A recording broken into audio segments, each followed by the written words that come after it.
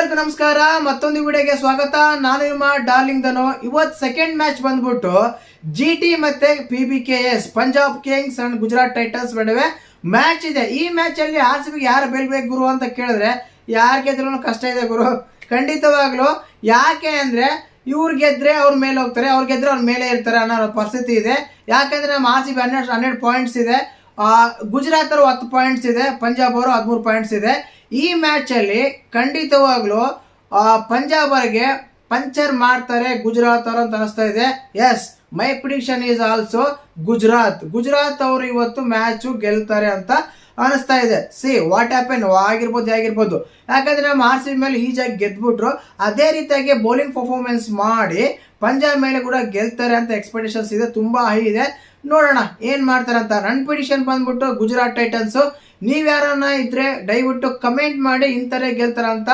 ನಿಮ್ಮ ಹೆಸರು ನನ್ನ ವಿಡಿಯೋದಲ್ಲಿ ಖಂಡಿತವಾಗ್ಲೂ ಬರುತ್ತೆ, ಪ್ರಿಡಿಕ್ಷನ್ ಕರೆಕ್ಟ್ ಆದ್ರೆ ಮಾತ್ರ, ಸರಿನಾ?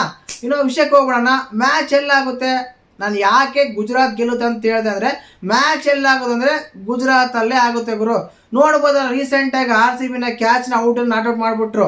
ಆ ರೀತಿ ಏನಾದ್ರು ಗಿಮಿಕ್ ಮಾಡ್ತಾರಾ ಇವ್ರು ಅಂತ ಅನಿಸ್ತಾ ಇದೆ, ಸರಿನಾ? ಗುಜರಾತ್ ಅಲ್ಲಿ ಮ್ಯಾಚ್ ಆಗ್ತಾ ಇದೆ.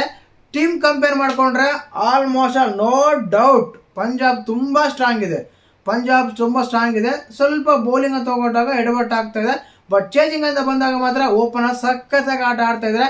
ಇದರಲ್ಲೂ 3 ಜನ ಬ್ಯಾಟಿಂಗ್ ಆಡ್ತಾರೆ ಅಷ್ಟೇ, ಅದರಲ್ಲಿ ಗುಜರಾತ್ ಅಲ್ಲಿ ಆಗಿರ್ಬೋದು, ಪಂಜಾಬ್ ಅಲ್ಲಿ ಆಗಿರ್ಬೋದು. ಯಾಕಂದ್ರೆ ಇಬ್ರು ಓಪನರ್ಸ್ ಸರ್ ಹೋಗ್ಬಿಟ್ರೆ ನೆಕ್ಸ್ಟ್ ಬಾರ್ಡ್ 6 ತುಂಬಾ ಕಷ್ಟ ಇದೆ. ಸ್ಟೋನಿಸ್ ಒಂದು ಮ್ಯಾಚ್ ಆಡಿದ್ದಾರೆ. ಅದೇ ರೀತಿಯಾಗಿ ಗುಜರಾತ್ ಅಲ್ಲಿ ಕೂಡ ಇಬ್ರು ಓಪನರ್ಸ್ ಸಾಯಿ ಸುದರ್ಶನ್, ಶುಭ್ಮನ್ ಗಿಲ್, ಬಟ್ಲರ್ ಹೋಗ್ಬಿಟ್ರೆ ನೆಕ್ಸ್ಟ್ ಬಂದು ಆಡರೆ ಇರಲ್ಲ ಗುರು ಅನ್ನೋ ರೀತಿಗೆ ಇರುತ್ತೆ. ಬಟ್ ಆ ರೀತಿಯಾಗಿ 2 ಟೀಮ್ ತಗೊಂಡಾಗ ಈಕ್ವಲ್ ಅನ್ಸಲ್ಲ, ಬಟ್ ಸ್ವಲ್ಪ ಸ್ಟ್ರಾಂಗ್ ಆನೆ ಅನ್ಸುತ್ತೆ ಪಂಜಾಬ್ ಕಿಂಗ್ಸ್.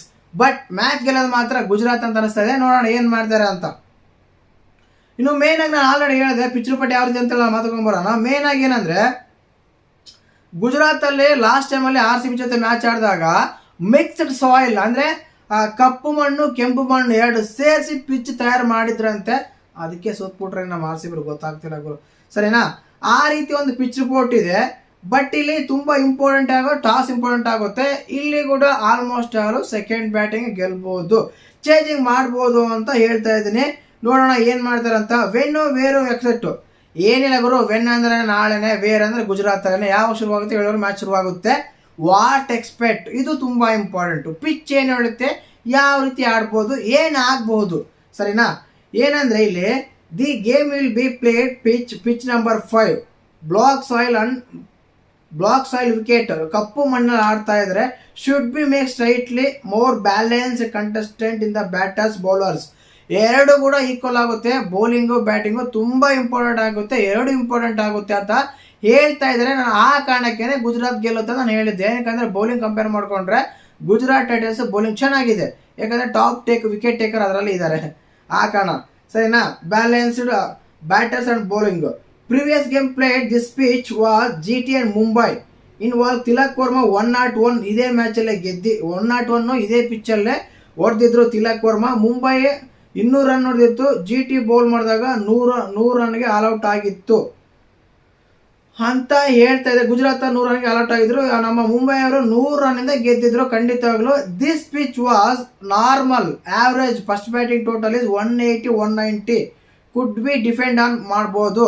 ಈ ಪಿಚ್ ಅಲ್ಲಿ 190-180 ಹೊಡೆದ್ರೆ ಆರಾಮಾಗಿ ಡಿಫೆಂಡ್ ಮಾಡ್ಕೋಬಹುದು ಅಂತಾರೆ.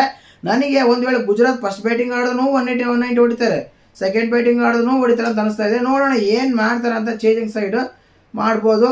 ಇನ್ನು ಹೆಡ್ ಟು ಹೆಡ್ ತಗೊಂಡ್ರೆ ಇಬ್ರು ಆಡಿರೋದು 7 ಮ್ಯಾಚ್ ಅಲ್ಲಿ 4 ಮ್ಯಾಚ್ ಪಂಜಾಬ್ ಗೆದ್ದಿದೆ, 3 ಮ್ಯಾಚ್ ಮಾತ್ರ GT ಗೆದ್ದಿದೆ. ಖಂಡಿತವಾಗ್ಲು ಲಾಸ್ಟ್ 2 ಮ್ಯಾಚ್ ತಗೊಂಡ್ರೆ 2-2 ಪಂಜಾಬ್ ಗೆದ್ದಿದೆ, ರೆಕಾರ್ಡ್ 0 GT, ಸರಿನಾ? ಈ ರೀತಿ ಆಗ್ತಾ ಇದೆ. ಇನ್ನು ಪ್ಲೇಯಿಂಗ್ 11 ಬಗ್ಗೆ ಮಾತಾಡೋಕ್ಕಿಂತ ಮುಂಚೆ ಈ ಪಿಚ್ ಅಲ್ಲಿ ತುಂಬಾ ಇಂಪಾರ್ಟೆಂಟ್ ಆಗುತ್ತೆ ಬೌಲಿಂಗ್ ಬ್ಯಾಟಿಂಗ್ 2 ಅಂತ ಹೇಳ್ತಾ ಇದ್ರೆ, ಸರಿನಾ?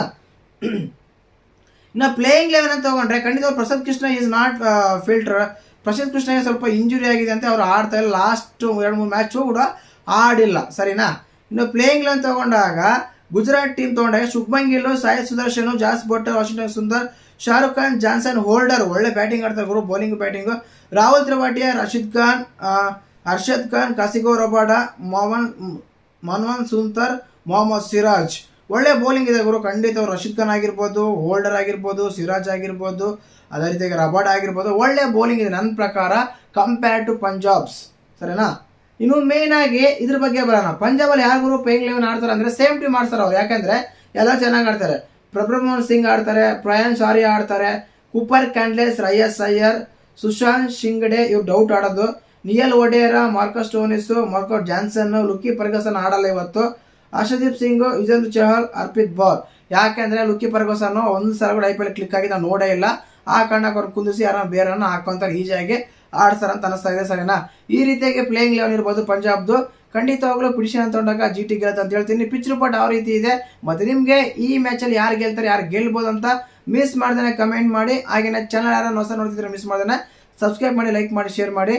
ಜೈ ಹಿಂದ್, ಜೈ ಕರ್ನಾಟಕ ಮಾತೆ.